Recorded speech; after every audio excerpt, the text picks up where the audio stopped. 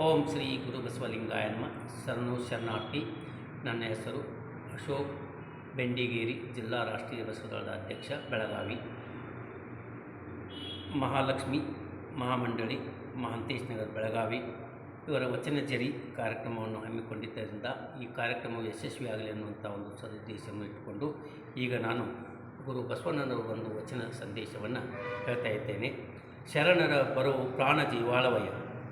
ಸೂರ್ಯನುದಯ ತಾವರೆಗೆ ಜೀವಾಳ, ಸೂರ್ಯನುದಯ ತಾವರೆಗೆ ಜೀವಾಳ, ಚಂದ್ರಮನುದಯ ನೈದಿಲಿಗೆ ಜೀವಾಳ, ಚಂದ್ರಮನುದಯ ನೈದಿಲಿಗೆ ಜೀವಾಳ, ಕುಪರಟಾವಿನಲ್ಲಿ ಕೂಟ ಜೀವಾಳವಯ್ಯ, ಒಲಿದ ಟಾವಿನಲ್ಲಿ ನೋಟ ಜೀವಾಳವಯ್ಯ, ಒಲಿದ ಟಾವಿನಲ್ಲಿ ನೋಟ ಜೀವಾಳವಯ್ಯ, ಕೂಡಲ ಸಂಗಮ ದೇವನ ಶರಣರ ಬರುವೆಮಗೆ ಪ್ರಾಣ ಜೀವಾಳವಯ್ಯ, ಸೂರ್ಯನುದಯ ತಾವರೆಗೆ ಜೀವಾಳ, ಸೂರ್ಯನುದಯ ತಾವರೆಗೆ ಜೀವಾಳ.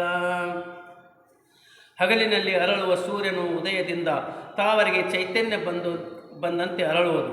ಅದೇ ರೀತಿ ರಾತ್ರಿಯಲ್ಲಿ ಅರಳುವ ನೈದಿಲಿಗೆ ಚಂದ್ರಮನ ಕಿರಣಗಳು ಚೈತನ್ಯ ಬಂದಂತೆ ಆಗಿ ಅದು ದಳ ತೆರದಿ ಅರಳುವುದು.